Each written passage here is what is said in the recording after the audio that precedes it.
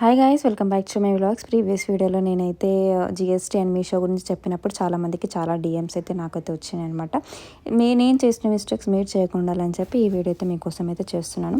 Meesho 2 types registration ఉంటుందండి, GST and GST లేకుండా. GST registration చేసుకుంటే మనకి వేరే స్టేట్ నుంచి అయితే ఆర్డర్స్ వస్తాయి. జిఎస్టీ లేకుండా మనం రిజిస్టర్డ్ అవుతే మనకు ఉన్న విత్ ఇన్ ద స్టేట్లోనే మనకి ఆర్డర్స్ అయితే వస్తాయి అనమాట. అండ్ మనం రీసెల్లింగ్ కూడా చేసుకోవచ్చు మీషోలో ప్రొడక్ట్స్. అండ్ ఎలా లాగిన్ అవ్వాలి, దాని డీటెయిల్స్ అని నేనైతే ఒక పీడిఎఫ్ రెడీ చేసి పెట్టాను. మీరు నాకు కామెంట్లో మీషో అని టైప్ చేసి పంపిస్తే నేనైతే మీకు డిఎం చేస్తాను ఆ పీడిఎఫ్. అండ్ నెక్స్ట్ నేను చేసిన మిస్టేక్ ఏంటంటే బూస్ట్ చేయడం. బూస్ట్ చేయడం కూడా మిస్టేక్ ఏంటంటే, అవును మిస్టేకే. నాకు బూస్ట్ చేసినందుకు ఒకటే ఆర్డర్ వచ్చింది. బూస్టింగ్ ఆపేసినాక నాకు చాలా ఆర్డర్స్ వచ్చినాయి.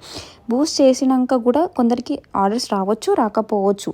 అది లక్ పైన డిపెండ్ ఉంటుంది. So better to avoid boosting and be patience, wait for the first order.